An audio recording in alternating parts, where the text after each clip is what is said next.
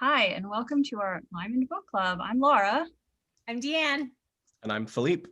We're reading The Disorderly Nights by Dorothy Dunnett, and we are on part 3, chapters 14 and 15. I will lead our discussion, but before I jump into the details, Dee and Philippe, any initial reactions that you want to share to these two chapters?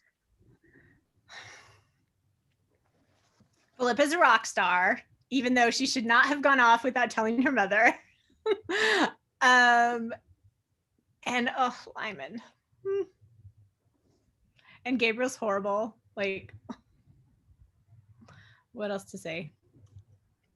So, Philippe, any thoughts? Yeah, I knew Gabriel was bad, evil. Clearly, in our discussions, we had figured that point out well before. I think it makes it clear in the book, but like, I did not see the "let me just stab my own sister in front of everybody" kind of evil coming. That definitely happened. whoa. So, and we'll talk more about this, about whether I feel any remorse for Jolita or not. I can't quite figure it out if I do or not. So maybe, we'll have a group discussion about that because I have conflicting feelings. But anyway, I did not expect her to die. Like, Yeah. I expected more death to happen in this book, but I thought that she would end up like in a convent or a prison somewhere. So I love these chapters. I think they're really, really well written and really cinematic and really like vividly visual, like a Baroque painting or something. And also, I love that they're really scary. Like Gabriel is terrifying. It's actually really scary. And then you've got Philippa, her situation is really scary. So that it's like super intense and super scary, and really, really vivid. And just like, I think it's some of the height of her writing, in terms of just being like incredibly engaging. Yeah. The whole section with Philippa and Cheese Wame, who I love that name. Just like, it's basically them wandering through wilderness the whole time, but it's completely gripping.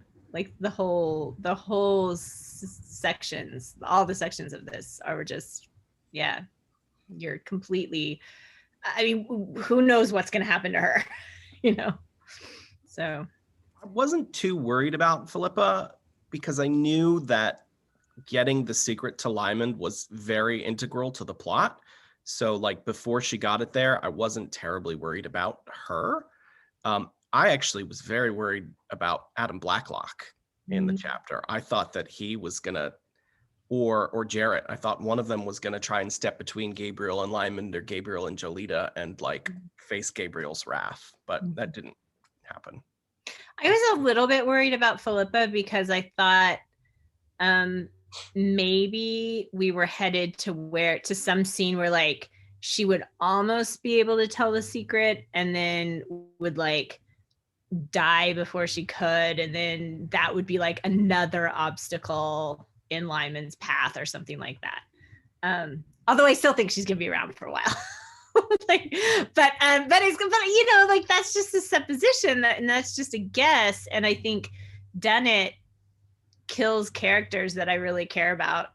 Like, she has no compunction in killing characters that I care about. So I was a little bit worried about Philippa for sure.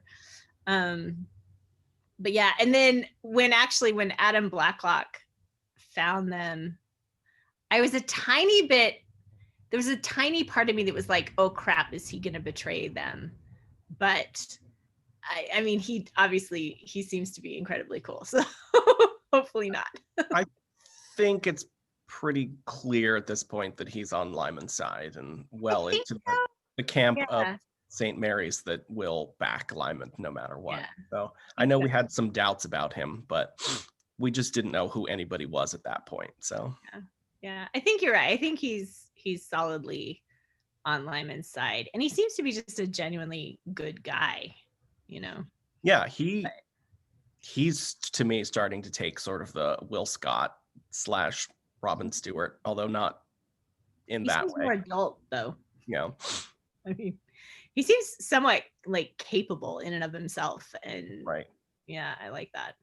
I mean, he's got his flaws, but he's the first sort of apprentice to Lymond that has really grown on his own and like come into his own being while being taught by Lymond, I feel. So I would really love for Lymond to have some sort of like right-hand man person that is dependable and backs him up, and that he has like, you know, they can sort of, it has kind of not a secret language, but like they know what each other's thinking, and like Lymond can sort of like give him direction without other people knowing. And like, I just want a character like that for him, because he's so alone. Like he's doing all of so far, like all of these stories have been Lymond basically alone fighting all of this injustice or you know, whatever he's fighting. And I would really love to see him have a dependable second in command person. it's a shame it won't ever be Richard.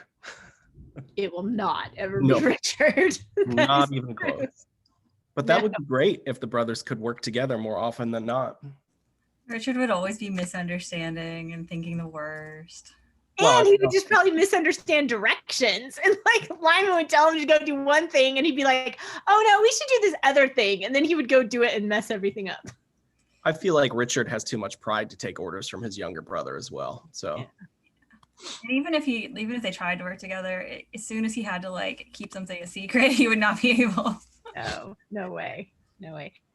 And he also, and I think there's a point in these chapters where he says this, but Richard just doesn't understand like what Lymond needs at all, and it's really sad. So, What do you think? Why do you think that is, and what does Lymond need, and what's Richard not understanding?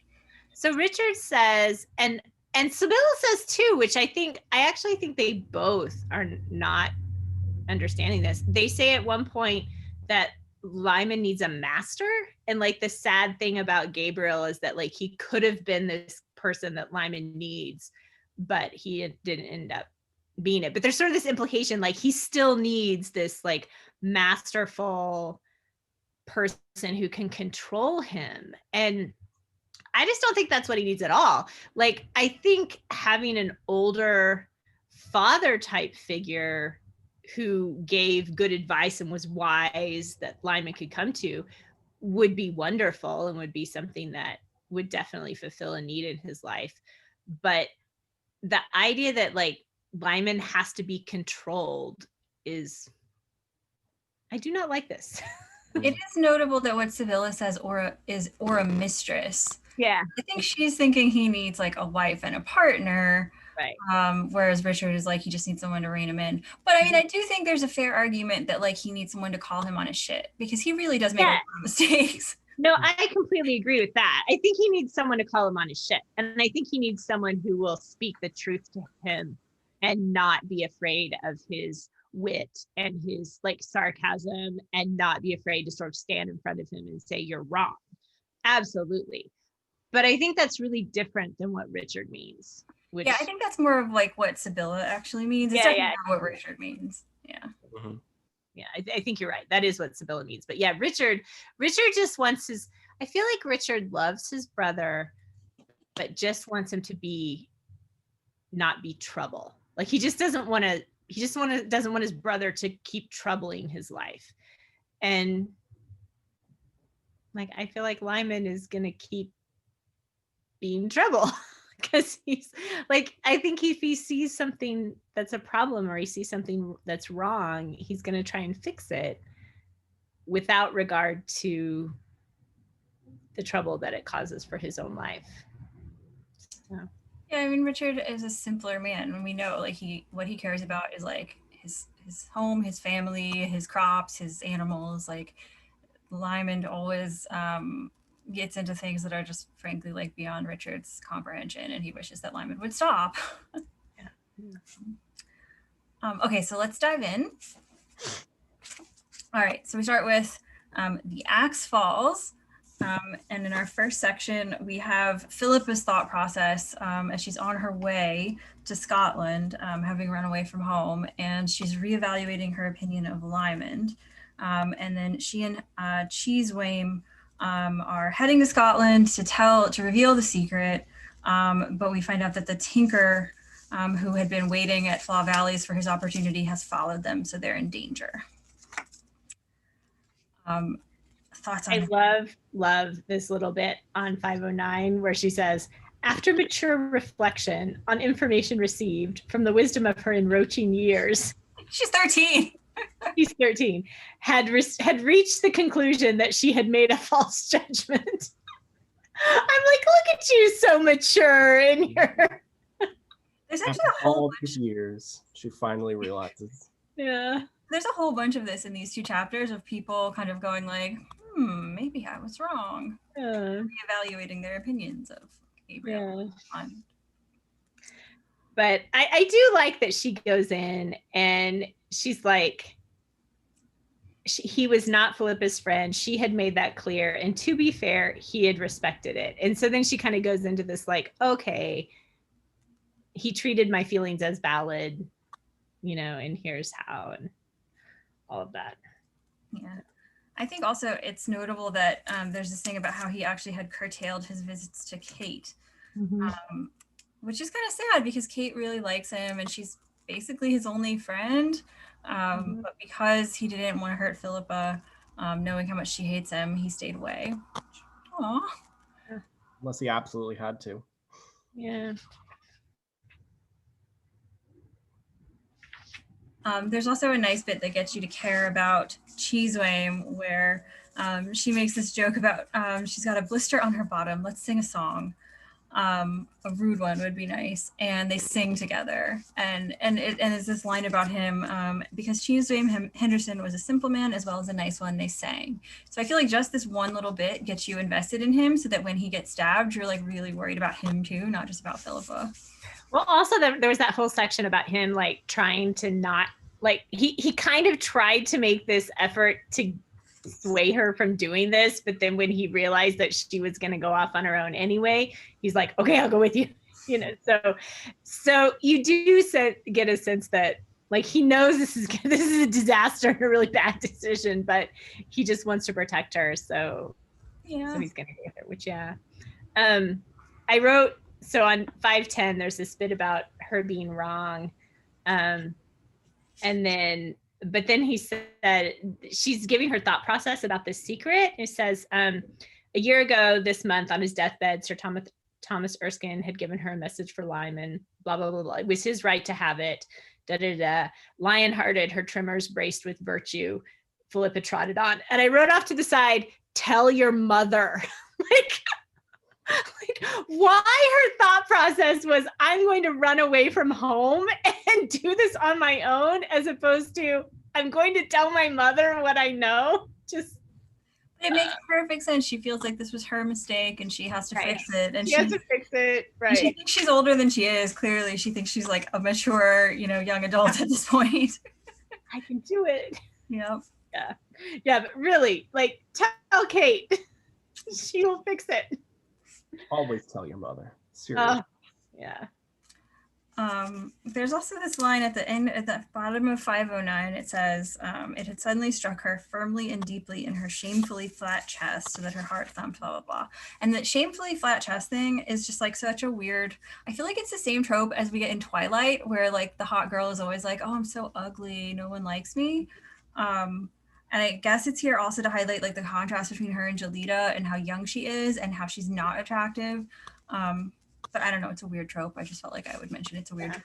No, it stood out to me too. And it was like, I read it as, as like this emphasis that she is still prepubescent, that she's still young. And I took that shamefully flat as like her shame. Like she thinks she should be older or more, womanly or whatever. And then, that contrast with Jolita it's really interesting. The contrast between Jolita and Philippa is so stark in many ways, and like the physical stuff has been emphasized, but it's also stark in the fact that like Philippa is sharp, like her language is sharp, but she's actually innocent. You know, she's actually very innocent. And Jolita is like, her language is, well, except when she gets mad, but like obviously she has the ability to charm people and to sort of fool the world, and she is definitely not innocent. And so they have this like interesting contrast in the way that their outward dealing with the world works, and also their internal soul, if you will, I don't know, their internal life. Well, and there's a super intense contrast between like fake and genuine. Like Jolene is completely fake and Philippa is completely genuine. Genuine, right? Philippa is so genuine that like even when it doesn't serve her well, she's she can't tell a lie. Honest. All right, should we move on from that section? Okay. And the Tinker's coming to kill them. Oh, that's so scary. So then we go back to Bog Hall at the end of the meeting, and everyone disperses. And this is where we have Sibylla contemplating why Lymond would go back to St. Mary's, knowing that the trap is about to close. Thoughts on this section? I mean, we already talked about the end of it where they discuss, you know, whether Lymond needs a master or a mistress. So we inadvertently discussed this section already, but it's a very small bit. I think there's a really notable... Oh, go ahead.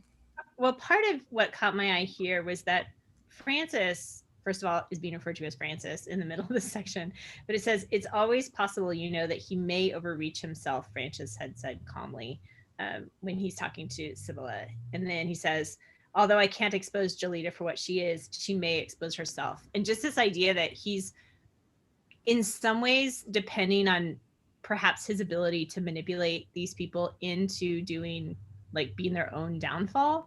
So Gabriel may expose himself, Jolita may expose herself. And it does happen kind of that way, but like Gabriel doesn't expose himself until he's actually beating Lymond on, like, he's like, at that point is when people begin to see his face go crazy, and like he reveals sort of his true nature as he is whipping Lymond with a frenzy. And like that's what he was depending on. You know, you're just like, no. But that is so Lymond, right? Like it wouldn't occur to him that like sacrificing himself is a bad idea. Because I mean, I think in the whole Bog Hall meeting, he didn't think they were going to believe him and that he would die and then they would believe him. So he's got this self-sacrifice as like his like instinctive reaction. His like first thing he's going to do is sacrifice himself. He's so careless for his own life. Mm-hmm. I really don't know if his plan would have worked if Philippa hadn't shown up with the secret when she did. It might have worked, but he would have died. Yeah, he would have been dead by morning, and then it would have worked. But yeah, because then everyone would have been like, I mean, certain people like Jarrett, right, would have been like, Gabriel just whipped a guy to death and seemed to enjoy it. That's not good. And then there would be all of the pushback from, you know, Richard and Sibylla and Janet and like, and everyone would come and be like, hey, wait a second, da da da da da. But Lymond would be dead. Yeah. I wonder if it would have really meant much to the knights, though, because even though Lymond is a slave, they are well versed in whipping their own slaves. And it's been brought up several times how the slaves get bastinadoed, which I actually don't know what that word means, but I always assumed it meant some sort of physical punishment. Like beating them to death. It's like beating. I think I don't think it would have been definitive evidence for a lot of them. I think a lot of people would have still supported Gabriel, but I think between the Bog Hall meeting and the casting of doubts that Gabriel's sadism would have like cast in certain people's minds, it might have been enough to take him down, maybe, depending on how intelligently the Richard, Sibylla, Janet, etc. approach it. Mm-hmm. I mean, I think the fact that he really revealed how sadistic he is in beating Lymond, and he revealed it clearly enough that Jarrett saw it, which that's pretty obvious because he doesn't pick up on things. Like, we have a really clear history of Jarrett just being oblivious to what's going on. And so the fact that he noticed that Gabriel was taking a very unseemly delight in what he was doing, I mean, it must have been pretty obvious, which Gabriel even hits Jarrett. Mhm. yeah. So then that makes you wonder, like, sure, if he was like, if his persona was, you know, harsh taskmaster, you know, bastard man, like, it wouldn't have destroyed his reputation. But because his reputation was this like holy man of God, you know, super ethical and moral and all of that, like, I wonder maybe. No, I 100% think that's what Lymond is doing. He's like, I'm gonna reveal him as not holy by having him beat me to death. Great plan, Lymond. There's also this, I think, an important bit in here where Lymond, this is the second time Lymond thinks this, because he says it earlier too. Jolita obviously was unable to travel. And as we find out, Jolita was able to travel, and she shows up at just the moment to make everything as bad as it can possibly be. So Lymond was not expecting that there's a prime example of Lymond underestimating the mallets. Yeah. True. Yep. Oh, and you mentioned him being called Francis in this section. I think it's because we're in Sibylla's point of view, and she thinks of him that way. Yeah, that makes sense. So the next section, we're cutting back and forth. So we're back to Cheesewame and Philippa, and this is the part where the Tinker attacks them, stabs Cheesewame. Philippa comes in and beats him off, and gets on the horse with Cheesewame, and they ride away. Piece of wood. I love it. She just pummels this guy with this piece of wood that's on fire. She's pretty amazing. Philippa. Yeah. Yep. I also love the phrase at the end of this section where she's like, stop the Somervilles with a knife? Like, it needs artillery. And then she blows her nose, so like we know that she's sad and scared and she's a little girl, but like she's so badass and tough. It's like, you're not gonna take us down with a knife. So then we have Gabriel returns to St. Mary's. He has the men go on this massive, intense cleaning spree, rewards them with a feast, and then goes to bed, leaving them with Cormac O'Connor's contraband, which is a ton of alcohol. The whole thing obviously being a setup for Jolita to appear in the big reveal. Yeah. Thoughts on this section? It's pretty self-explanatory. He's terrible. Like, I mean, I wonder how long Gabriel and Cormac O'Connor have been sort of in cahoots at this point. So, or if, I mean, I think Cormac has an actual idea of what's going to happen. Like, he's supposed to get everybody drunk on this night. So he may not know all of the details, but I think this does a good job because we're in the point of view of the men of showing how they see Gabriel and why he's so effective, like how reassuring it is, how he makes them work hard, but it makes them feel good. How even when they're kind of like ripping on Lymond, they're thinking like, well, but we should do this because Gabriel wants us to support him. Like, it's just super, super manipulative and like so creepy. Yeah, it's so manipulative. And it's so, like, there's such an emphasis on, like, he's not blaming Lymond at all. And he's not like, you know, what a saint. He's doing all this work. And you're just like, I really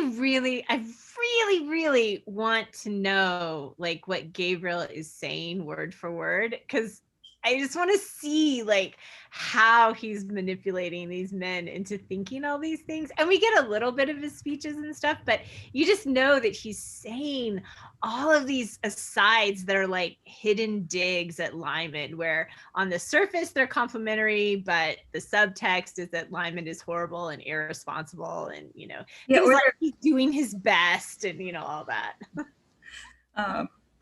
And also like leaving openings where when he praises him, but he'll praise him in a way that would make anyone who knows like what Lymond's supposedly done wrong think of those things, and then they bring that to the table with their thoughts. But like Gabriel structured it that way. Like when you go back and reread it and you read how he talks to Jarrett in the beginning, you see all these tricks that he's using.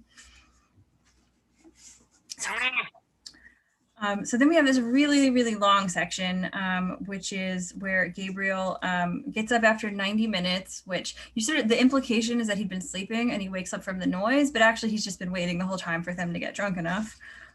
He gives this whole speech about how they must be so excellent because, you know, St. Mary's is at risk. And then he kind of then does this pitiful, like, you know, and I will miss you so much because I'm leaving. Poor me, I have to go sell my sword because I don't have any money and I have to take care of my sister. Just absolute bullshit. Like, weren't they drawing salaries as like, what the hell? Yeah, it's just like obvious bullshit. Yeah. Really. And then then Jolita arrives with her big pregnancy reveal, and then Lymond arrives and gets beaten and taken to the whipping post. So this is like what closes out the chapter. Let's dive in. Oh, so gross. Like, Gabriel's just so gross. The thing with the sherry sack where he's like, I said that they might share it, by which I meant 1 serving per man. I gave no orders that they should empty the wain load down their throats. Like, why would you think that sharing it means only 1 drink per man? That doesn't make any sense. No. Clearly, you either don't know your men at all, or you know them so well that you're able to manipulate them. Yeah, and just all of the points where it's like he says something gently or he says something, you know, like it's just so gross.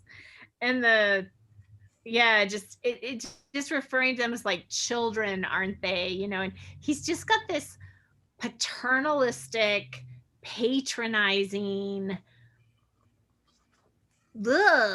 just I don't even have the words. Like, it's so frustrating.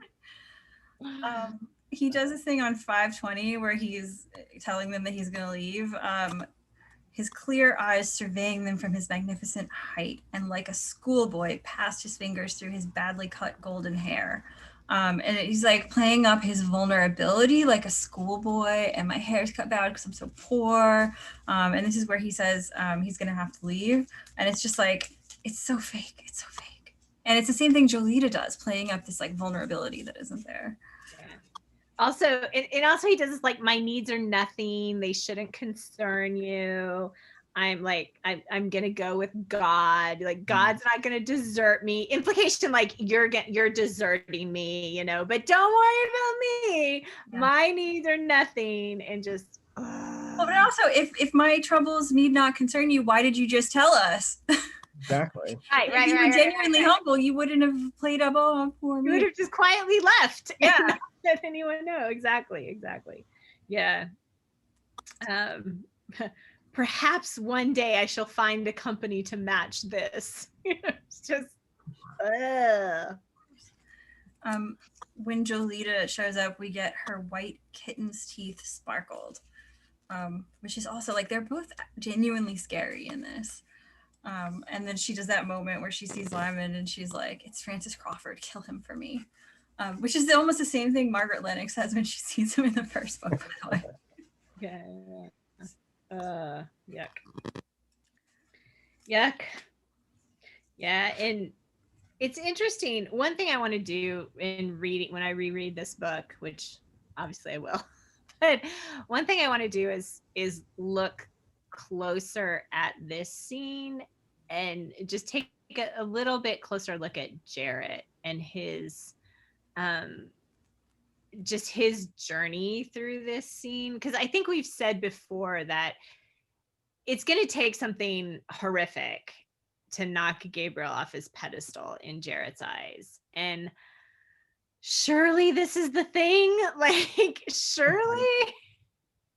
So hopefully, but I wouldn't be surprised if Gabriel like pulls it out of the fire somehow, and like, I don't know.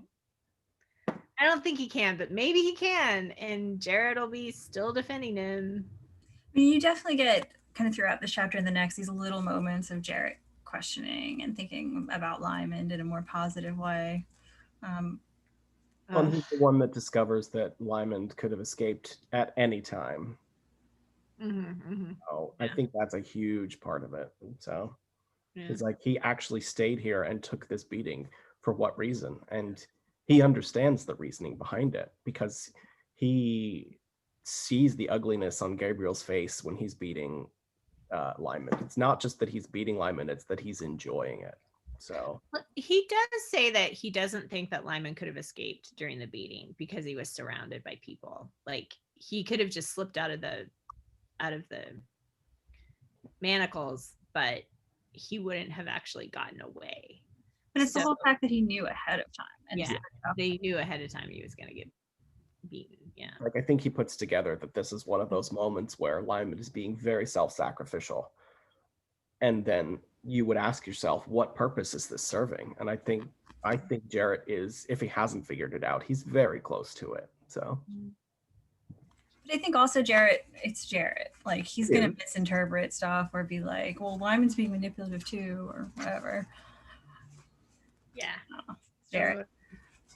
So it's also interesting in here that Gabriel does basically the reverse of the Bog Hall meeting that Lymond does. It starts on 523, where like Gabriel basically does this expose of Lymond's betrayal and brings out his witnesses. And of course it's all crap, but it works. And Randy Bell just gives this speech that's on 523 that is just horrible. And it's Gabriel's speech. Like he's just giving him all this stuff to say. And yeah. How again and again Gabriel has saved Lymond and protected him, but for Gabriel would Effie Harperfield and her children, blah blah blah. All the stuff that like Gabriel set up and screwed up, and now Gabriel gets credit and Lymond gets blamed for. And then Cormac pops in with his accusations too. Like the whole reason Cormac is there is to be a witness against Lymond as well, along with bringing the alcohol. Yeah. I really want to know what Gabriel is plying Randy Bell with. Like drugs, right? Isn't he drug addict? I think so. I think he's supplying with drugs. Yeah. Oh, God, that's terrible. But I also think Randy Bell I also think he's paying him. Like he's just. Yeah, he I has wouldn't to. be surprised if he's just a henchman, you know? Yeah. Sorry about the sunlight, by the way. I can't figure out how to get it. It's all right. I haven't even really noticed it. I wonder if. Light of God. I also wonder if Gabriel took advantage of Randy as soon as he like came on, or if he was some sort of plant in the beginning. So. That's a good question. Do we know from the beginning of the story? I wonder if we could figure it out. I actually don't know. That's a good question because like he could have been like Gabriel could have showed up and say, what's the weakest chain? What's the weakest link in this fence? And you know. And I think it would be reasonable if he assumed there would be some, because you know any large group of people is going to have some people who are vulnerable. So he can, like, knowing him, he could just have decided, I'm just going to, you know, manipulate the most vulnerable people here. And it also puts to question if that is something that Gabriel exploited when he got there. Did Lymond know that he was letting some weak-willed men into St. Mary's in order to sort of test Gabriel? And like, I don't know, was it all set up, or it's levels upon levels here. So like, I don't see Lymond accepting somebody like Randy Bell into St. Mary's to begin with, unless he knew that he would be easy prey for Gabriel. I guess maybe I'm putting a little too much faith in Lymond's sort of plan to. Well, how many men are in the? Isn't it like 300 or something? 300 or 400 men in the company. Yeah, but and then there's not that many officers. Right. How many officers there are? There's like 15 or 20, right? Or is it just the like 12 or so that we know? I feel like it was like 15 or 20. They said it at some point. Yeah.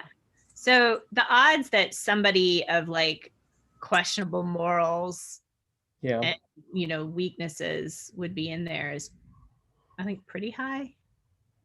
Yeah. Yeah, I do wonder when Lymond figured it out, like maybe right away with the Effie Harperfield thing, but he like still had his guard down too much because the situation happened where Randy Bell killed Will Scott, which was definitely not in Lymond's plan. Yeah, and you have to know that Lymond is definitely watching everything. Like he's looking for Gabriel to sort of seduce, if you will, like to bribe and manipulate people in his company. He's obviously looking for that. So I would imagine he figured it out, just maybe not just the details that Gabriel could do. So, Will Scott, R.I.P. Oh, yeah, it's so sad. So I also love when Lymond shows up. He's at his like snarky greatest. He's really, really, really funny.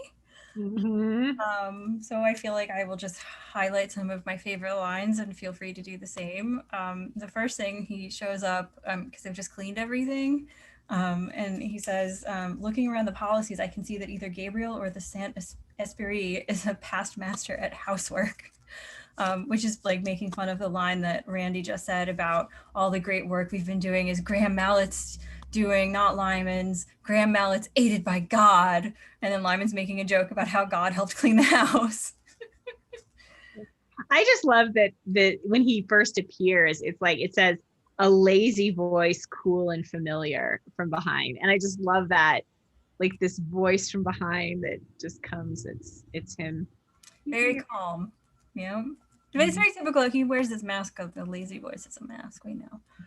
And then he says, wouldn't you prefer to stab me in the front rather than the back? Yeah. And that's where we get Jolita's, it's Frances Crawford, kill him for me, which is such a great, creepy line. She's so creepy. And that's why it's like, yes, I'm sad she dies because Gabriel abused her and she never had a chance, but also she's a really horrible person. Yeah. Like super horrible. And yeah. And then Gabriel's just like fake outrage. You know, it's just like, thou cursed harlot. Like, what? I love that line. And it's, I think, the only time that Dunnett gives us the source for a quotation using the words of King Cloderius to his son, thou cursed harlot, which I guess is there because it's such a weird thing to say otherwise, that if it was just an attributed thing, we'd be like, what the hell? But it's really funny. You can just, there's some Tumblr posts going around that are just like things Gabriel says to Lymond that are hilarious out of context. Okay. I'm gonna have fun looking at Tumblr after this is all over. Lymond Tumblr is amazing. Like you have to find the funny blogs, but like when you find them, there's a lot of people doing first time read-throughs that are just absolutely amazingly fun. Oh my gosh, that's awesome. Okay. Go ahead. No, keep going. Well, so then I also, just going back to how funny Lymond is, Jarrett notices that Lymond's cloak is dry because he's been there so long. And Lymond's response is, the lookout, unfortunately, is not, meaning that the lookout was drunk. Yeah. He's just so funny. And then also when Gabriel's like, you know, other courtesy than death you will not have. Like a second ago, he was about to leave. And now he's like, I'm going to kill you. And it's just, you're so hypocritical. You're so full of crap. And it's obvious if people would listen, but they're not listening because they're drunk. They're drunk and not listening. Yeah. They're drunk and they're stuck in the outrage that Jolita is pregnant. So. Yeah. And Lymond is like trying to bring this logic to it. He's like, look, it would have been the end of my career at St. Mary's. I would have like, if this kid had been mine, I would have married her. Like, you know, and nobody cares what he's saying. Nobody. It was very, very smart of Gabriel to get them drunk, and then do this like big emotional speech about how he's leaving. So all their emotions are all riled up. And Lymond's whole thing was like, I'm going to count on how I've, you know, taught the men of St. Mary's to be like, you know, listening to logic and reason and stuff. And it's like, yeah, you can't. Gabriel's done everything in his power to make that not something Lymond can count on. Right. Gabriel also does a really typical thing of people like this, which is that he accuses Lymond of doing a bunch of things that he was responsible for. This is at the end of 526 when he's like, a traitor in Malta. Is that why you tried to stop me climbing the wall at Mdina? Is that why you tried to join the Turks at Gozo? Is that why you spent all the time with the Calabrians? And it's like, dude, you were the traitor and we all know it. Yeah. But this is exactly, like, if you look at it, those like certain politicians, accusing your enemies of the things that you actually did is a tactic that works. Mm-hmm. Mm-hmm. Yep. And of course, Cormac being there throwing the death of Una at his feet doesn't look great for his case either. So, Yeah. And I mean, it's really convincing. It is like the inverse of the Bog Hall meeting. Una O'Dwyer knew what you were, so she had to die. Like Gabriel's acting like he's having all these realizations in that moment, and like taking the men along with him as he realizes Lyman's horrible betrayals. They realize it too and feel this like, oh yeah, he needs to die. Yeah. So sad. And then there's this line about how he's using the same voice that he would use in the chapel when he'd lead them in prayer. So like he's got this association with holiness. So it's this voice that they're used to trusting and being comforted by and listening to. So it has like extra power. He's so evil. Yeah, and then even that bit about like, I trusted you with Jolita, you know, and it's like, really, you did? You pimped Jolita out, dude. Yeah, and just that, I mean, even when you just think about it, like, when did he do that? You know, like, he didn't send Jolita to Lymond. He sent her to Scotland. He sent her to, you know, she ended up with Kate. She did end up with at Midcoulter, but that's more like he trusted her to Richard than to Lymond. So there's this whole like, I trusted you with my sister, and I'm like, really? Did you? Technically, Lymond did everything in his power to stay away from her and avoid her and send her away. Yeah. I mean, Jenny Fleming, like, is that who he trusted with his sister? No, it's just like he forces Jolita on Lymond. He forces this like phony friendship. I love you so much. I care so much about you. And it's out of nowhere. And Lymond's just like, leave me alone. And he won't stop. And then Lymond is like, yes, let's wait till we're all sober and let's have like a formal presenting of evidence. Dude, that does not work. Yeah, it's not gonna happen. Because clearly at this moment, as you see, his only desire is to leave. He says about, you know. Oh, Gabriel's right. Like, I'm gonna leave now, and now clearly that's not what he is at all. So just pointing out hypocrisy. But again, the men are not listening. So yeah. So then he tries to drive a wedge between Jolita and Gabriel, which also does not work. Nope.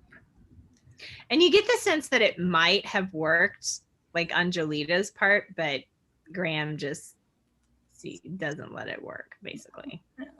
And it's really scary when this happens.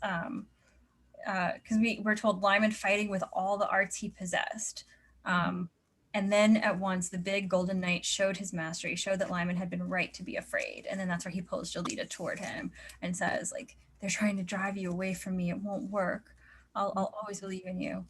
And undercuts that whole attempt. Yeah. It's just, and when of course it does seem like she was supposed to, like if she was supposed to denounce Lymond at the inn, if that was the original plan, and she didn't, then Gabriel is mad at her. You know, like she has violated his plan, and so he's angry. And he's the kind of guy that like you go against him and he's mad at you. And so this whole like, I'll never leave you, like you're mine, I'll never leave you, whatever, like it's just so fake. Like he's so angry at her that he ends up killing her at the end of the scene. It's just So why do you think she didn't denounce him at Dumbarton? Lymond pretends to think it's because he knew she was already pregnant, but then he says that's not the reason. Really? I was confused by that because he says like she was meant to expose me at Dumbarton. Blacklock didn't silence her. She should have called me out. And why didn't she? Lady Jenny had asked. This was at the Bog Hall meeting, right? So Lady Jenny had asked, did she have reason to hope perhaps that she might tame you yet? It's probably what she told Sir Graham. Lymond replied thoughtfully, his eyes on Jenny's small handsome face. Myself, I doubt it. Like, maybe she just didn't want Lymond, like she didn't want to be with him. I don't know. I think it could either be that she wanted to have the sex with Lymond that she hadn't had yet, Right. But even more, I think it could be that she's angry at Gabriel and she just wants to undercut his plan because she's mad at him. Mm. I do think she wants to have the sex with Lymond. Like, that seems to be clear. By the way, I think we should have a definite article from now on. The sex with Lymond. I meant that specific, like, no, I know. I just like that image. It's like, who else wants to have the sex with Lymond? Everybody, right? Do what? Yeah, everybody. In the book. I want to have the sex Lymond had with Una, not the sex Lymond had with Jolita. Yeah, I don't want an really badly scratched 8-sided cross of Malta anywhere. Oh, no. That sounds terrible. But yeah, I think she definitely wanted that. And yeah, that makes sense that she was just mad at Gabriel and didn't follow. She's so impulsive and immature and horrible. And yeah. It's honestly amazing that they got as far as they did with her because her temper is so rash and she's so likely to, break their plans because she's angry. Yeah. It's impressive that she kept up the charade, that people actually believed she was this sweet, innocent. I mean, you have to wonder, like, as she's gone through her life over the past 5-6 years or whatever, how many people actually did know that she was this horrible, immature brat who was like sleeping with everybody that she could? Like, how many people actually knew that and just didn't say anything or thought they wouldn't be believed or didn't care enough to say anything? Like, I don't know. I mean, I think we have some proof in this book that her wiles and excesses work really well on men, but a lot of the women see right through it. Right. Like, so then what was going on at that convent is my question. Like, there's probably a bunch of nuns at that convent that are like, Jolita, we hate her. Yeah, I know. Like, oh my God, she's leaving. God, you have finally out of her hair. But nobody would think to go to the convent and ask them what Jolita was really like. Right. But also, I mean, she's gotten older now, so maybe when she was younger, she was less unstable. Like, she's a teenager. She's like in the height of, being a teenager. So those are the years where you're at your most. Yeah, and it is true. Like, it depending on how long she'd been at the convent, because we still don't know like when their parents died or anything. I don't think. I mean, it could be that she was like pulled out of a place where she was somewhat stable. Like, if she was stable there, this trauma of being pulled, like, moving is traumatic. It's traumatic now. Like, I mean, being pulled out of a convent and put on a ship and sent to a country you've never been to, and with people you don't know, and all of that is bound to be an unstabilizing influence. So, I mean, another question is, how long has Gabriel sort of been pimping her out? We know that she's had another child, but I don't think it's possible for someone to have a child before 12 or 13. Is that the age? I mean, that seems a little young. It's possible. Yeah. But yeah, I mean, part of the reason she's so messed up undoubtedly is she's had a child that was taken away from her. She's been pimped out by her brother. Like, this is why even though she's horrible, you can feel sad that she dies because she was made into this kind of person by these horrible traumatic events that happened to her.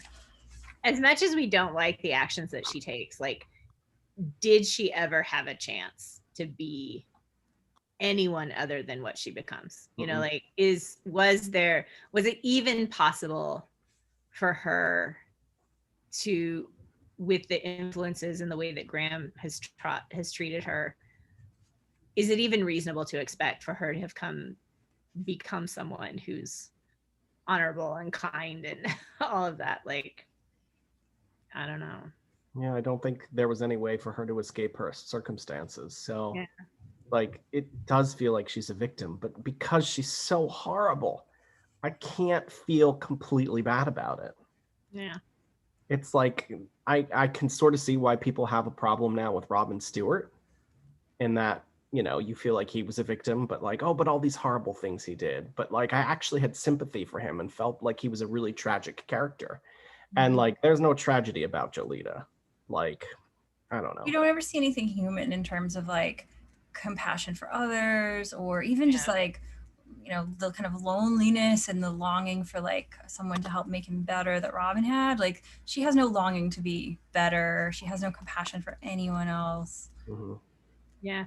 The only tragedy that I see in Jolita's story is the fact that she really never had a chance. Yeah. Like, that there was that, and because I mean, even think about like a character like Lymond, who has such a moral code, but he was raised by Sibylla, you know, and so it's like we can see someone, if someone is raised by, you know, you have like that whole nature nurture debate, but if 100% of their nurture is bad, then it's almost like you almost don't know, like whatever nature they started out with that was positive, it's gonna get squashed. And so I mean, yeah, you feel like she didn't have a chance to.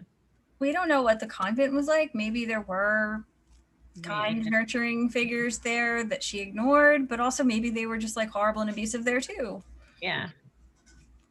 And you just kind of wonder, like, if that's the case, if the convent was horrible and abusive, and whatever Gabriel did made it worse, you know. And what was he doing? Like pulling her out of the convent and pimping her out to people, and then putting her back in the convent, and then pulling her out of the convent? Like, Probably. what?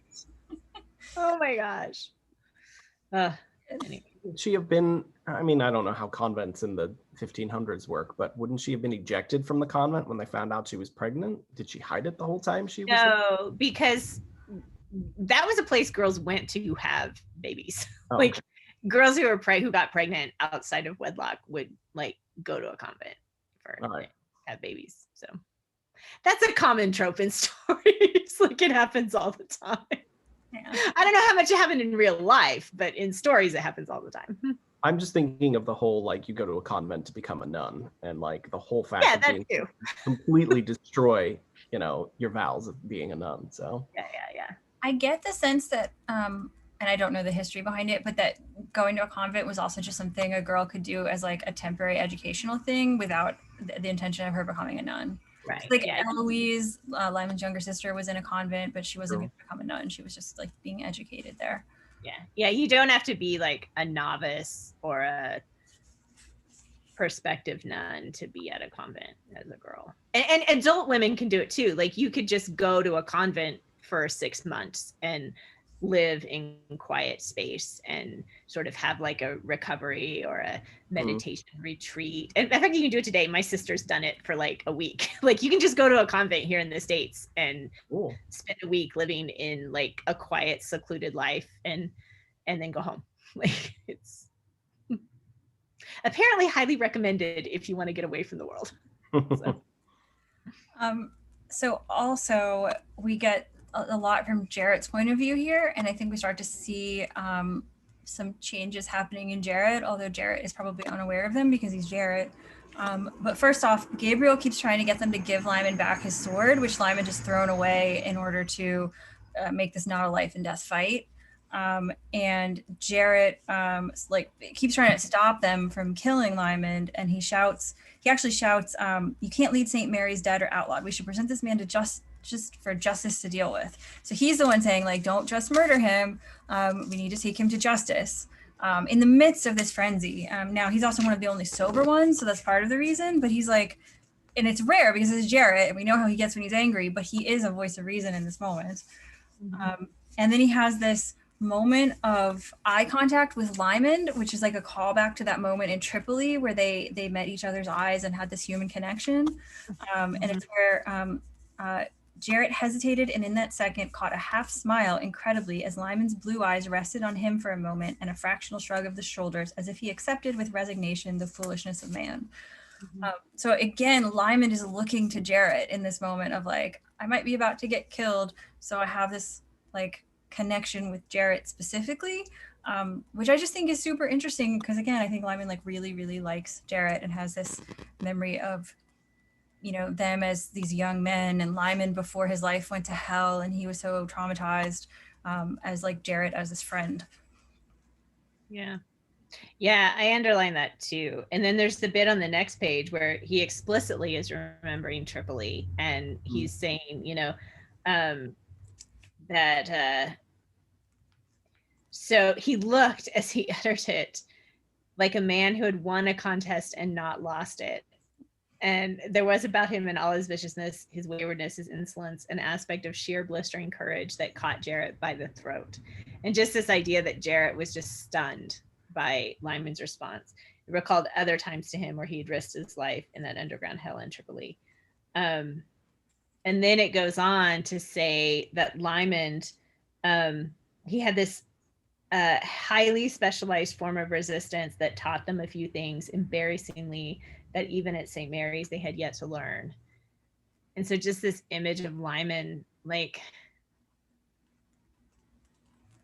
in the face of this like horrific beating is still leading them, like still being the commander and the example for the men. And Jarrett is seeing that through all of this.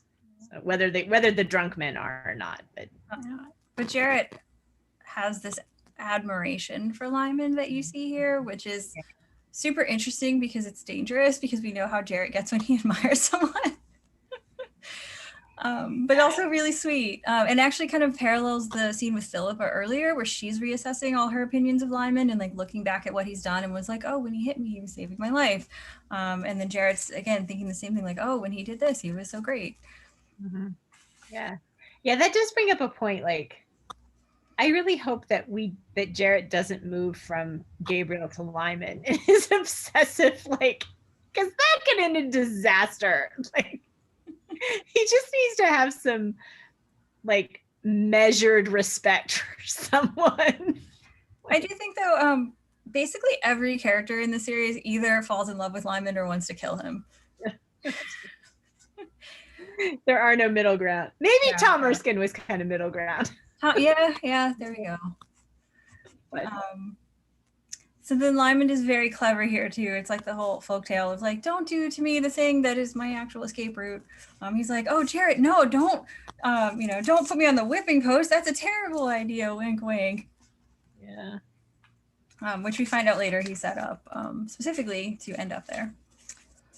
Presumably thinking, well, Gabriel will reveal himself by being so horribly sadistic that everyone, or at least maybe Jarrett, will realize that he's crazy. Which might have worked, but did not work because everybody's drunk and everybody's like lost. They've lost all their logic, and he wasn't expecting that coming back at all. But it's not a surprise to him either. I think he wasn't expecting Jolita to be there. We definitely know he wasn't expecting that. He thought he had a couple more days. But he obviously arrived, saw that they were drunk, maybe figured out that Jolita was on the way, or maybe just figured out the revelation was going to happen because they were drunk. Gabriel must have set that up, and so then went and loosened the bolts on the whipping post. Yeah. It's like, I'm going to end up here, so I might as well make the best of it. But go ahead. I was just saying, and we do find out here that like the mark that Jolita leaves on people that she sleeps with is this 8-pointed cross, like, which that's just creepy on multiple levels. Like she's like branding men with her brother's symbol. Like, I think it makes sense because her brother abused her. Her brother pimped her out. Her brother forced her to do this. And so this is her, like, you see her contempt and hatred for the knights and men in this action. This is bad. Like, I have a little bit of sympathy with Jolita for doing that. Oh yeah, it's not necessarily Jolita. It's the creepiness of like what that says about Gabriel and Lee. Yeah. So there's a wonderful description here. I was saying at the beginning that this whole sequence is very cinematic and very much like one of those like Caravaggio paintings. And this one part, every time I read it or I listen to it on the audiobook, just like strikes me as so vivid. So I'm just going to read this little section because the imagery is so good. This is on 532, talking about Gabriel. The big man, his guinea gold hair bright in the torchlight, was looking not at Lymond's face pressed to the wood, but below the long throat, starkly lit by the torches, the collarbones outlined in gold and smudged black, the chest exposed where the shirt had been torn back to the shoulders, above the strong leaved ribcage and the hollow diaphragm, black and brilliant by turn as his disarranged breathing for the moment defied control. That idea, like black and brilliant because he's breathing in and out and the light is hitting and then going away. Like just the use of light here, like she was a painter for the way she describes this.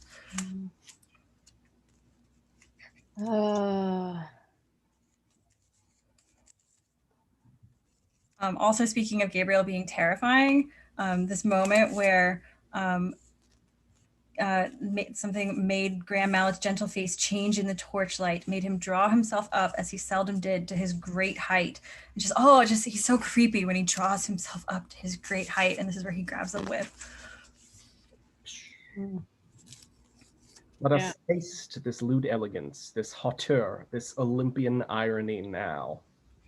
Oh, what a bastard. So creepy. So creepy. And from his great height, his forearms ridged through his sleeves, he brought down the whip. It's like, this is a super intense beating. He's so strong. And all this like holy imagery, you can see like one of these paintings of like, Michael sending the devil back to hell. But just like, he's using this Christian imagery in his like horrible, like sadistic, abuse of people. Yeah. He's been waiting for this for quite some time too. Yeah, I know. This is what he's been wanting to do for so long, and he's like, finally. Oh my God, I can hit him. All of the shit he's put me through, all of the times that he's foiled my plans and made me have to scheme even harder. It's like, Any other comments on that chapter? I just hate him so much. It's so terrible. Can you imagine Daubeny ever being this scary? No. You wanted a villain. Daubeny was a buffoon. Yeah. I mean, this has definitely fulfilled our desires for more competent villains. I just kind of wish he wasn't as competent. Be careful what you wish for. No, right? Like, oh, wait, maybe let's go back to the buffoon. Queen is definitely like an easier, more chill book in terms of like your emotions. Yeah. Okay, so next chapter is called Death of an Illusion, and it's a great title, and we get a whole bunch of little moments that refer specifically to illusions dying, in particular about Jolita and Gabriel supposedly losing the illusion of her purity, but even more about like Jarrett starting to realize that Gabriel is evil, or at least that he's not perfect. And also, I mean, and Philippa's illusions about Lymond to some extent. Like, she's already lost some of it, but yeah. More so here, yep, definitely. And Jolita's illusions of staying alive. True. She probably didn't think he would kill her, although I think in that moment she definitely thinks he might. I think she's feared it in the past. So when it comes, I don't think it's a terrible surprise to her, which, I didn't understand that. It's so Jolita that she's just outraged about it. She's so angry that he kills her. Like the last look on her face is this shocked outrage. Okay, so we start though with Philippa and Cheesewame, who are in very dire situation with sort of lost, wandering aimlessly. Cheesewame might be dead, and they have almost no hope. But then randomly they run into Adam Blacklock. Yay! Can we just talk about Philippa's determination and perseverance? And like, her shoes have fallen apart, like, and she's still walking, and she thinks this guy is dead, but she's like, I couldn't get him back on the horse, and we have to find some people, so she just keeps going. And well, she explains how she makes it all the way to St. Mary's, which Cheesewame was planning to be like a 3-day journey with multiple stops to sleep in between, and yet she does the whole thing in this really long night, I guess. Yeah. There's also this line that just is hilarious, where she's thinking she's about to die, and Kate would not approve of that. Which is true. Kate would not. Yeah, I underlined that too. Kate would not approve. I love her relationship with her mother and how practical they both are. And it just makes me again like, tell your mother. Oh my goodness. But yeah, and I love this bit about so it's talking about Adam Blacklock, and it says it's like sorry. It's like Dunnett is doing okay, so she gives this explanation. The first person she actually met was Adam Blacklock. She met him because he was on his way from that heart-searching meeting with Lymond at Bog Hall straight to the last meeting place of the Turnbulls, of whom he intended to ask some very cogent questions indeed. And he found her because he was trained at St. Mary's to read geography with his And it's like Lymond Dunnett is trying to say, like, it's really not that much of a coincidence that she meets Adam. I promise. And meanwhile, I was going, yeah, that's okay. This book is over the top. You don't like, you don't have to explain. This may seem like Deus Ex Machina, but really it's not. Right, but really it makes a lot of sense because he's doing these things. And she even tells us that it's not an incredible coincidence. It's Philippa's deserved good luck. Right? Like, no, it's a coincidence, but it's okay. It's okay. Yeah. We don't mind. We don't mind. Anyone found you, I'm certainly glad it is Adam Blacklock. So Yeah. And not Randy Bell. Oh, yeah. That's a terrifying thought. So then in our next section, this is where Gabriel is whipping Lymond so horribly, and people are starting to see like, oh my God, Gabriel's scary. And then Philippa arrives, reveals her secret, which is that Jolita had an abortion. This reduces the rage at Lymond, puts Gabriel's position in doubt. So then Gabriel kills Jolita, and Lymond sort of maybe could have saved Jolita, but probably not, but at the cost of sacrificing himself, which he decides not to do. So we can talk about that. That's like the whole rest of the chapter is this section. Yeah. One line really stood out for me at the very bottom of 536, where it says, it's talking about Lymond experiencing this physical agony, and says, but he had, it would seem, divorced himself by some effort of will from the context. And so you can just see him like going away in his mind, you know, and trying to just will away what's happening to him a little bit. And you just get the sense that this is something he's done before, you know. When Jarrett's even thinking about he must have been whipped like before. Yeah. And it's just, he knows what to do, where to go in his mind to sort of minimize the pain. Horrible. Yeah. And then Nicholas de Nicolay is like, how long had Grand Mallet longed to do just this thing? You know, it's like he knows. Yeah. I love that we get bits from Nicholas de Nicolay's point of view during this, because he's so human and he knows what's going on. Yeah. And the way he thinks of it. Oh, go ahead. That he never gets to agitate the toes in this section. It's a little more serious now. He's still so humane in his thought process, and the way he's thinking about Lymond, he thinks about how Lymond had shown a courage and a stamina under constant devious attack that must have maddened this great god of a man so contemptuous to his fellows. So Nicholas de Nicolay realizes the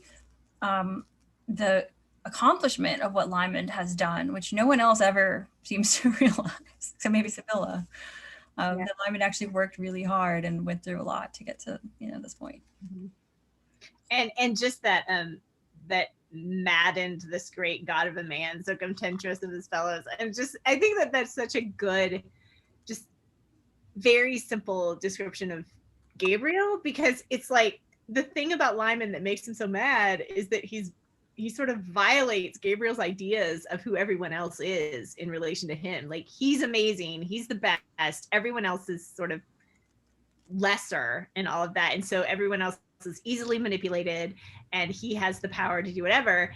And then Lymond just doesn't fall in line with any of that. So yeah, I think this is the first time that anyone has seen through Gabriel, and probably the first time anyone has seen through Jolita. So they're both kind of shocked by it and angry about it. I mean, I think people have definitely seen through Jolita before, because we even see like Sibylla and Marietta, like we even see people doing that with her. So I think, but it's possibly the first person like in a position to do something about it. Like, Well, and I guess he was her target, right? It's the first time she's targeted someone with her, seductive wiles, and it hasn't worked. Probably everyone else is just like, keep the cats away from her, Yeah. instead of actually dealing with her. We also have that description of Gabriel as divine as some punishing god. So it's just this again, this like creepy, like religious imagery of like, I just think of, again, all those images of like divine retribution that you see in like Renaissance paintings. Yeah. Notably, at the start of this section, Jarrett is the one that tries to make Gabriel stop. And Gabriel like actually hits Jarrett in the face with the whip.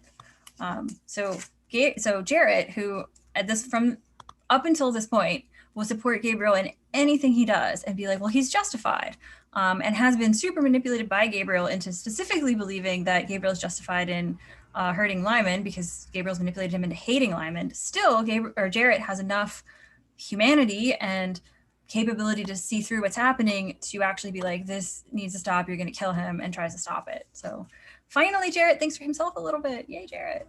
Yay, and gets whipped in the face. Yeah, and it doesn't work, but he tries. Yeah.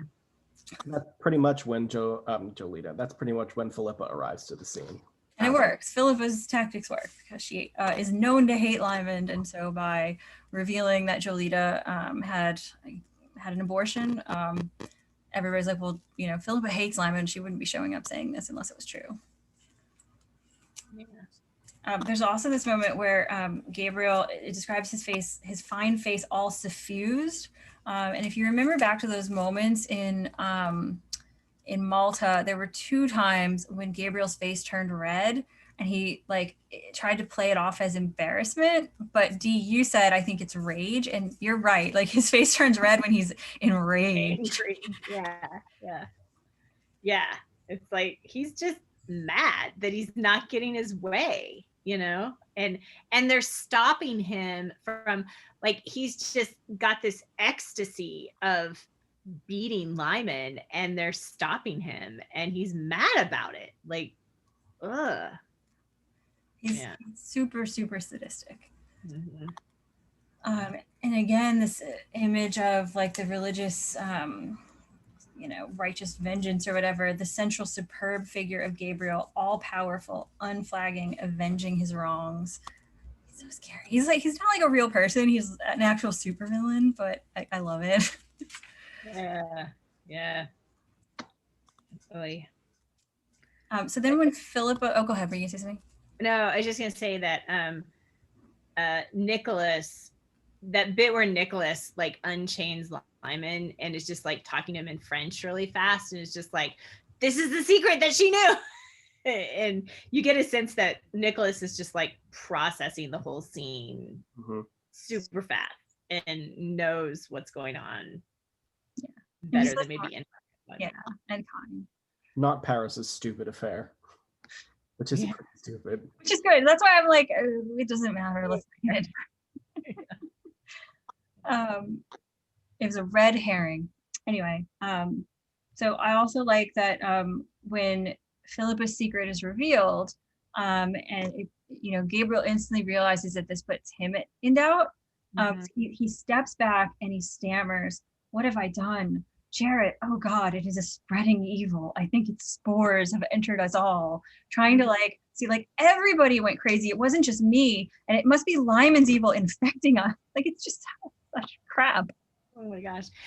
Quick question. So we guessed that Jolita had an abortion and that's why she was sick at Flaws Valley. And we were talking about that's the secret that Philippa knew. And we had kind of come to the conclusion pretty confidently that was the secret that Philippa knew. But is this actually the place in the story where people find out that's the secret? Or is there better hints, or are people supposed to pick up on those hints throughout the story and figure it out, or are people surprised at this point? I wonder. I think there's a lot of hints, but I think this is the moment it's revealed. Yeah. Although we do find out, I'm trying to remember, in the Bog Hall meeting we find out she had been pregnant before and had a baby before, but I don't think we find out she had an abortion before, because how would Lymond figure that out by looking at her? Right. But I wonder if we could figure out at that point that the secret Philippa knows is something about. I mean, Jolita. so the first time I read it, I like immediately knew that Jolita had an abortion. I don't know how I knew. I just knew. I was like, this is clearly what is happening here. But it's not that obvious, but like the fact that Madame Donati is like, we need a herb woman, no male doctors, we need an herb woman. I was like, clearly she's having an abortion or she's having a miscarriage, or like one of those two things.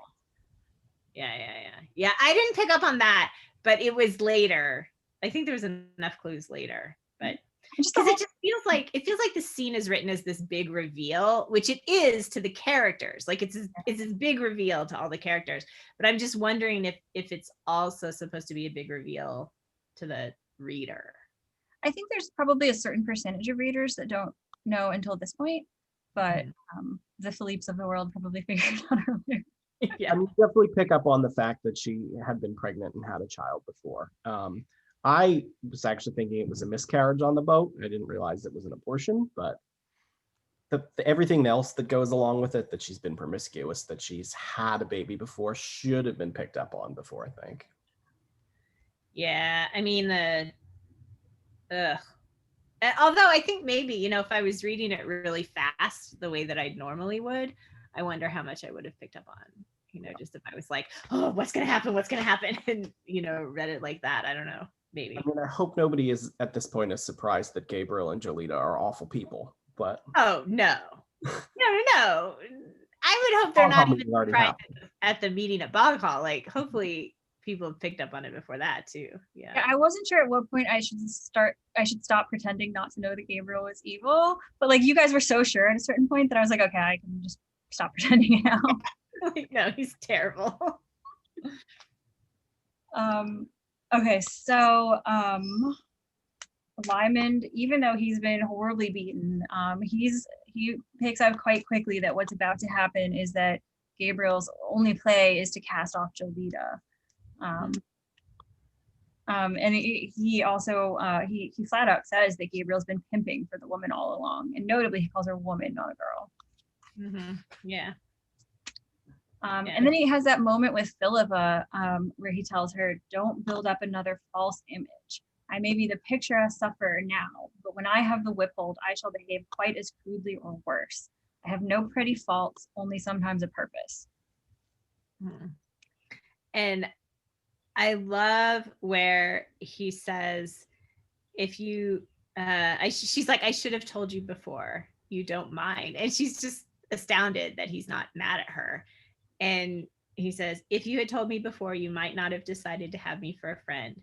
I don't mind, said Francis Crawford, and told for once the bare truth. And I was just like, they're definitely going to be something with them later, for sure.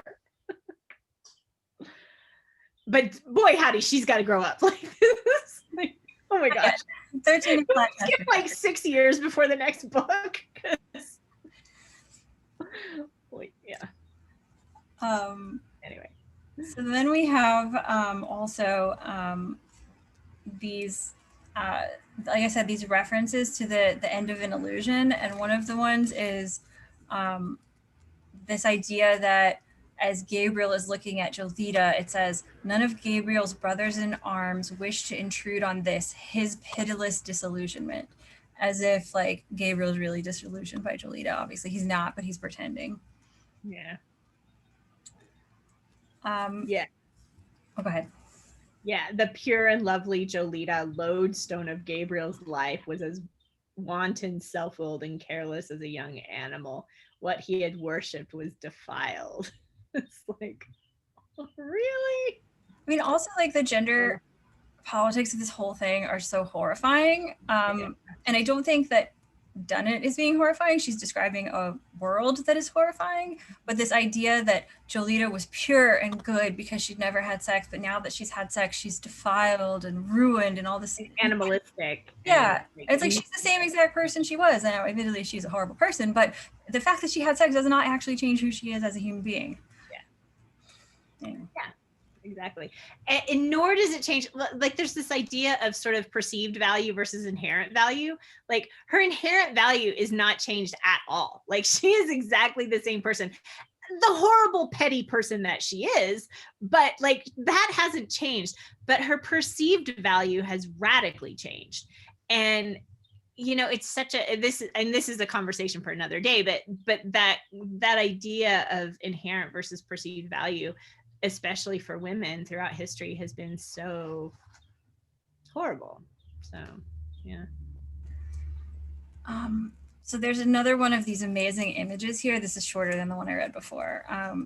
Graham Mallet lifted his heavy, leaning head till the rain beat on his throat and his closed lids and his wet, ruddy gold hair. Then his throat pulsing, his chest swollen with air. He gave a great cry, a wordless call from the heart that stopped them all. Blah, blah, blah. I just love the way she writes. I love the imagery, and he's so scary.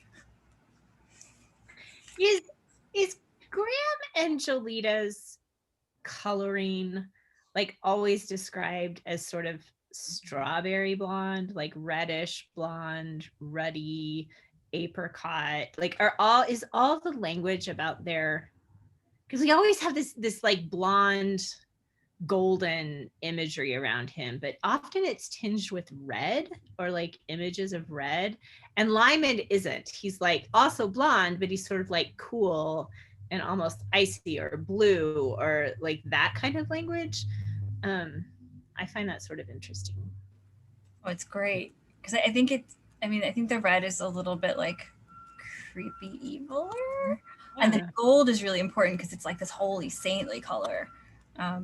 I interpret her hair as a little more reddish than his, but his is more kind of golden hued than Lymond's, which, like you said, is cold.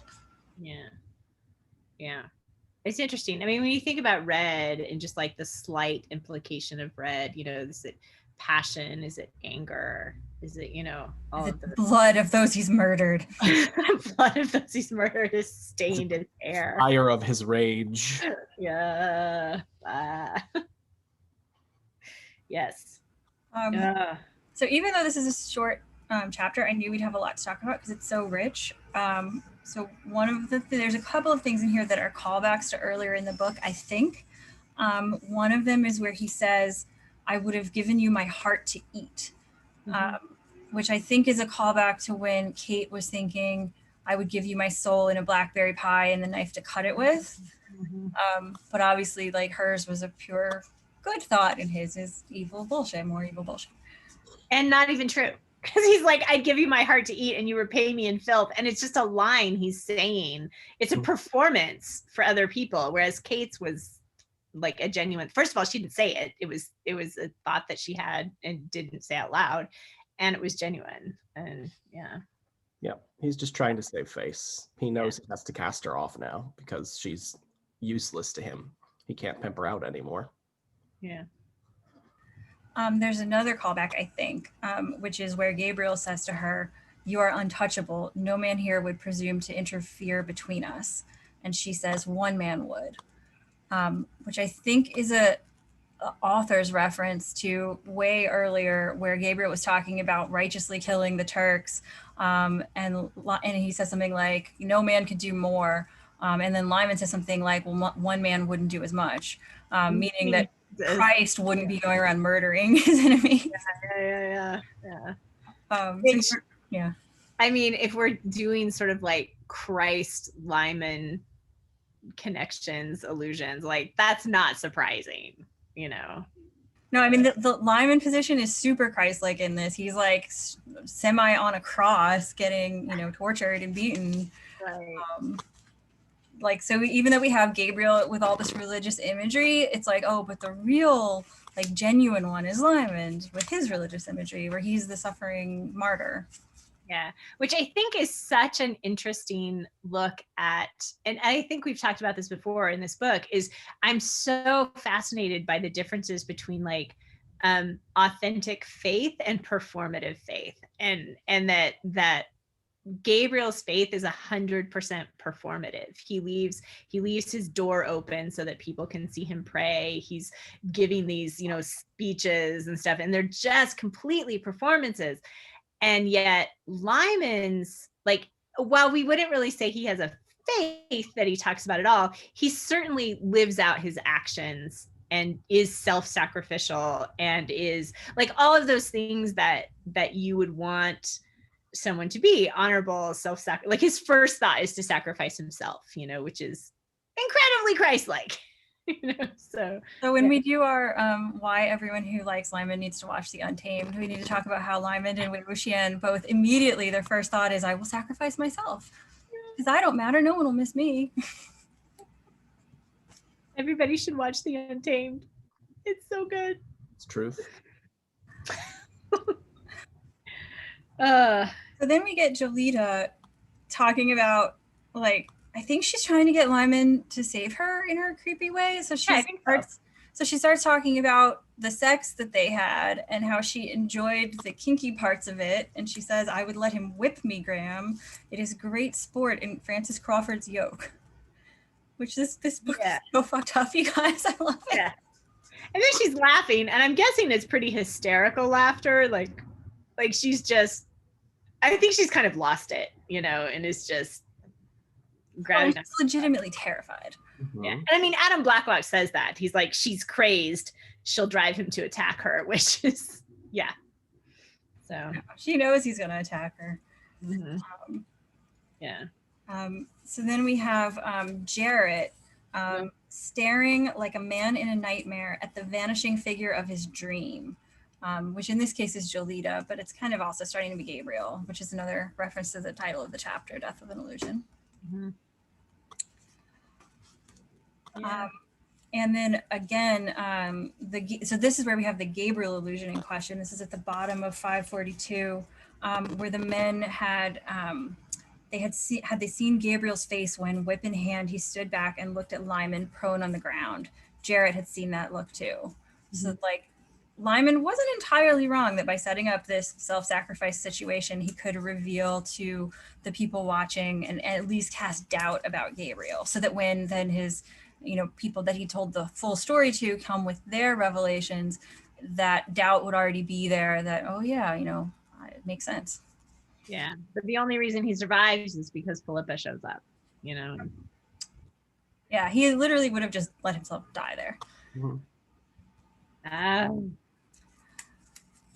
Yeah. So then we have the part where Lymond goes to try to save Jolita, because if she lives and confesses, that's obviously great evidence against Gabriel. And I love this way she writes, but Francis Crawford this time made 2 frightening mistakes. That's like part of why this is so scary, because we know Lymond is like the most competent person ever on the face of the planet, and yet he can't beat Gabriel, and he's messing up. And it makes sense that he's messing up. He's like horribly injured. It doesn't actually make any sense that he can stand up right now.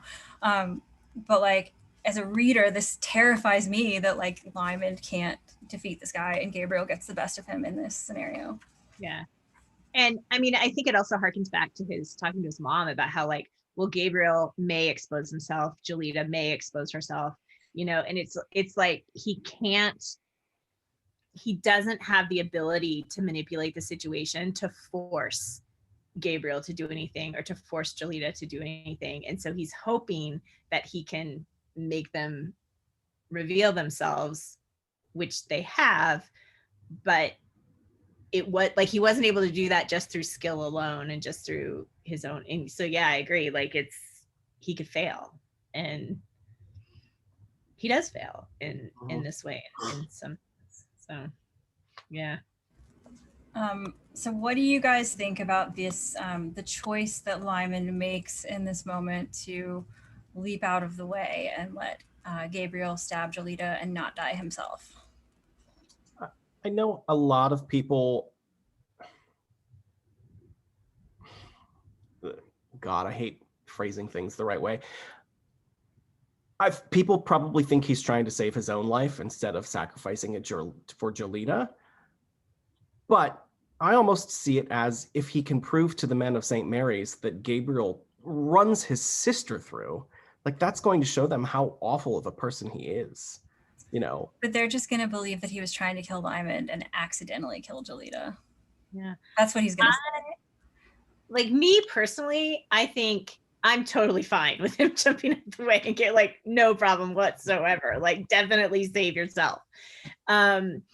but I think that the downside of this is the way that it looks to other people, and that it looks like he's diving out of the way out of some sort of cowardice and didn't, sacrifice himself for this girl or whatever. And that perhaps there might be some implication that like, oh, he benefited from her death because this was a whole mess that he was part of. And but in terms of like as a reader, I'm just like, yeah, get out of there. I'm 100% certain that Gabriel was just going to run them both through. Oh yeah. And just kill them both. So like, either way, she was going to die. Right. So I agree. I think Lymond should have leapt out of the way because Gabriel is much likelier to be taken down if Lymond is still alive, because Lymond is super smart. Right. Or he's just going to stab Lymond, pull his sword out of Lymond and stab his sister. Like, even if he wouldn't, though, because he can't be seen like murdering her. But it's perfect by having Lymond in front of her that he can stab through Lymond and kill her, and then just be like, "Oh my God, I didn't realize. I was just so taken with my rage at Lymond, my poor sister."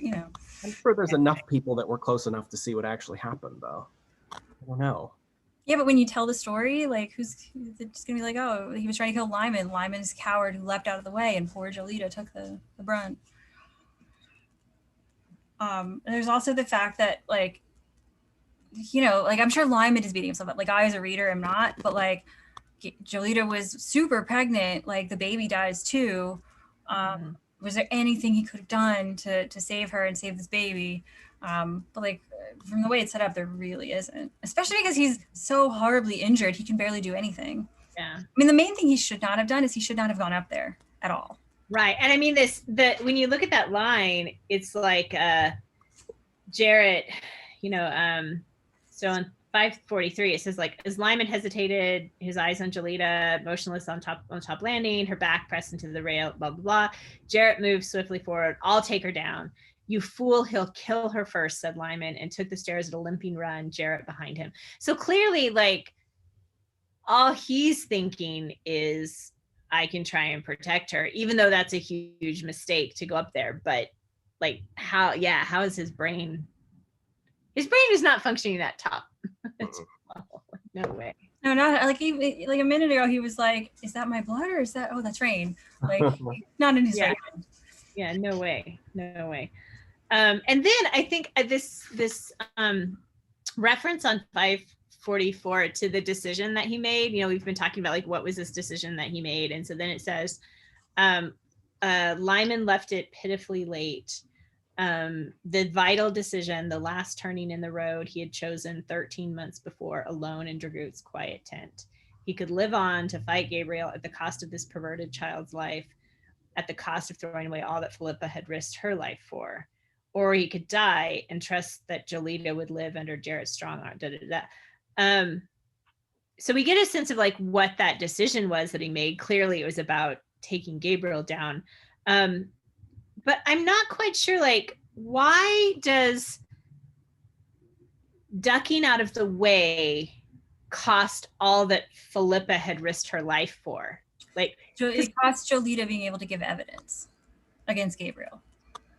Right. But like, Philippa, like, the fact that Jolita dies and can't give evidence doesn't change the fact that that story's still out there.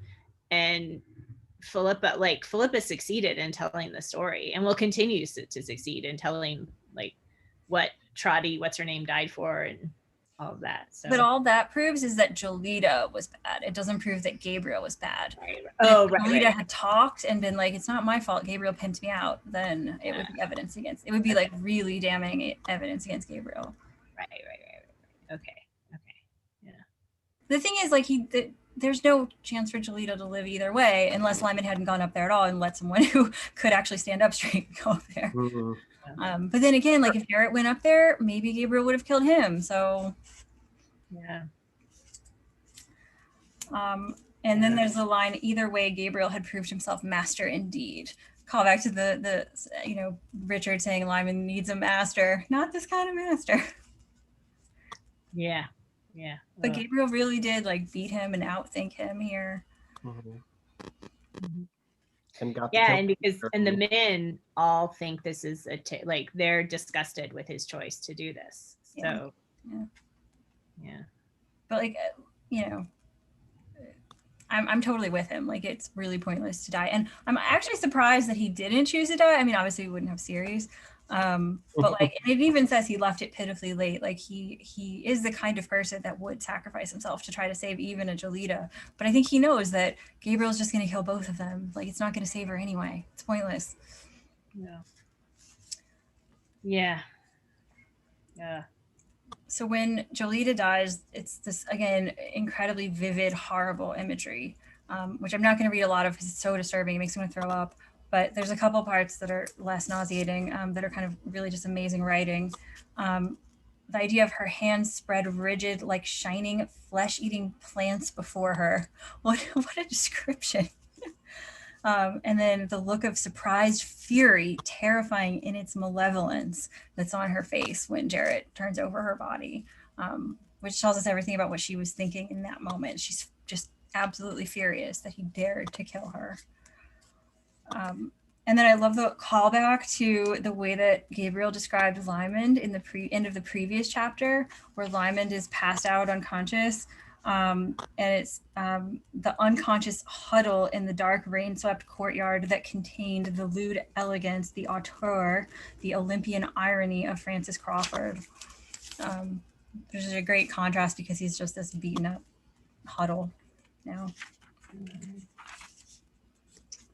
Yeah. Oh, Lymond. Yeah. Poor boy. And then they left him in the rain. Yeah, they go tie him up. They tie him back to that post, and the officers are like, "Oh no, don't do that!" But they just let it happen. So clearly, the goodwill that he'd kind of won back has been lost by letting, quote unquote, letting Jolita die and saving himself. Yeah. Except Adam Blacklock seems to have some, because it's like he says after a sharp exchange, Adam Blacklock had walked off grimly in the opposite direction. So like he doesn't stay with Lymond, but he seems to not agree.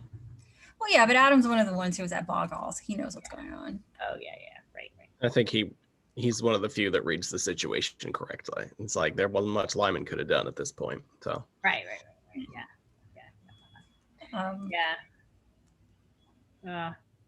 So there's also Jarrett having the thought that, well, I'll go get Lymond from the post and take him inside, and Randy will have to care for him, which sort of explains why Lymond has an escape in mind, because Randy would just kill him, obviously. Yeah. Or the bit about where he keeps checking on Philippa, and he says he wondered briefly in passing why Nicholas de Nicolay had insisted on staying at her side, but decided that Frenchmen were odd and this one could be trusted. And I just want to go, Jarrett, you idiot! Like, obviously Nicholas is staying by her side to keep her from being murdered. It's super funny though. That's like, it's like, well, I guess it's okay. Frenchmen are weird. Frenchmen are so odd. But then there's again this great bit of Jarrett reassessing Lymond, thinking of all his stirring hopes when he had rediscovered Francis Crawford in Sicily, and the brilliant shadowed affinity that they had nearly found in the arsenal in Tripoli. So I do think it's maybe not Philippa that needed the warning about idealizing Lymond, because it's already percolating in Jarrett's brain. Yeah. And he realizes that Francis could have escaped the whole time. The flogging at will. Which I actually think the reason he did it was exactly what happened, so he has an escape route later, so that like he doesn't end up with Randy. Because like he really couldn't have escaped in the middle of it. But yeah. And the whole reason he shouted like not the whipping post is because he wanted to specifically be there because he was hoping Gabriel would reveal himself. Right. Also, this is interesting where it says, so Francis Crawford was no longer at St. Mary's. That was all Jarrett cared about, and more too than he thought was anyone's business to know. So he doesn't tell anybody that Francis is gone. Because they could have sent out a search party and tried to find him. But yeah, so Jarrett is protecting Lymond a little bit here. A little bit. Yay, Jarrett. We'll see. I reserve judgment. He's about to choose his cross. That's true. It's He's the gonna title of the choose next a cross. chapter. Spoiler alert. I don't know. He's gonna have to seriously redeem himself for me to be happy with him, though. We'll see. You know the power of Gabriel's manipulation.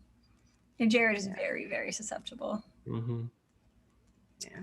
So any other thoughts on these chapters? And then what are you expecting or hoping for next? I hope that Lymond makes everybody see Gabriel's perfidy. There's that word again. But I don't think Gabriel's going to pay for it. I think he will be around for well after this book and the next book and whatever. So, like, why would you get rid of such a strong established villain so soon? Yeah. I definitely think he's going to get away, because if nothing else, we have this thread hanging there of the baby and Una and all of that happening, and that's just like this thread that's hanging out there. And so I can definitely see Lymond finding out about that in these next two chapters, because we've had that thread throughout the second half of the story, that we've gone back to that a little bit.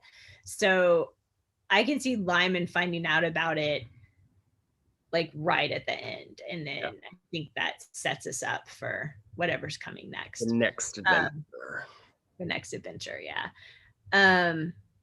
I really, really, really want Gabriel to get exposed, like just exposed, so that, like, in a completely non ambiguous way, like it's just, he's terrible. And has to flee, to not be imprisoned or whatever. I was not expecting Jolita to die. Like, I really wasn't. I'm still curious about if we've got like random baby, like random Jolita baby and Una baby. We have multiple babies out there. So they're both out there somewhere. Whether they're in the same place or not, we don't know. Two blonde babies floating around somewhere. And then I don't know, I want Richard and Sibylla to have some sort of, like, I want the faction from Bog Hall to like come back and like have that like that sort of meeting of the round table at Bog Hall. Like, I want those people to come back and have some sort of I don't know, take some sort of action in these last bits, and for Lymond to have like the support of people who are like, we heard you, we believe you, we're supporting you publicly. Yeah. I think they'll be important in exposing Gabriel, definitely, because people aren't just going to take Lymond's word for it, unfortunately. Yeah. I mean, aside from the people that already have. Like, if this goes to the Queen Dowager, I think she's going to need that extra corroborative evidence. So. Yeah. So yeah, we'll see. And I mean, we know that the company becomes famous. So I think there was some line earlier about St. Mary's becoming a famous group or something. So we know they're going to survive, but I hope that, I'm really mad at those men right now, because they're like, they betrayed their leader and they fell for all of Gabriel's crap. And yes, Gabriel's a master manipulator and all of that, but they still fell for it. And so I hope that there's some sort of like penance that they do, or something, like that they ask Lymond back, and I don't know, somehow publicly, like, we were wrong and you're the good leader, or some sort of something like that.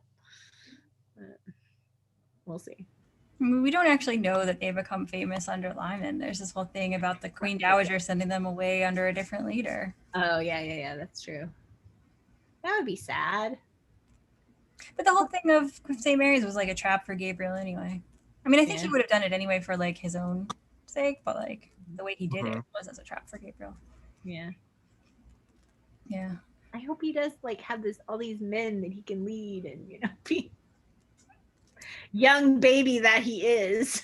Well, but also, like, I think the whole music speech also kind of tells us that being a mercenary isn't actually what he likes doing. And maybe this path he's taking in his life is something that he thinks he has to do, but isn't what is good for him as a person or for his soul. That's true. Maybe he'll like raise up someone to be the leader of St. Mary's and then retire to his chateau in France, whatever that's called. Heavenly. Yeah. So Any other thoughts or hopes? I'm excited for the end. I can't believe we're almost at the end. We're almost halfway through the series. There's only 3 more. We're 2 chapters away from halfway through the series. That's nuts. Yeah. What will we do then? King Hereafter. Oh yeah, the King Hereafter. All right. Well, thank you everyone for Bring up watching. for Christmas. Both Philippe and I got the King Hereafter for Christmas. So And I've never read it, so we'll be going in blind. It'll be fun. yeah. All right. Well, thank you everyone for watching, and we'll see you next time. Bye. Bye.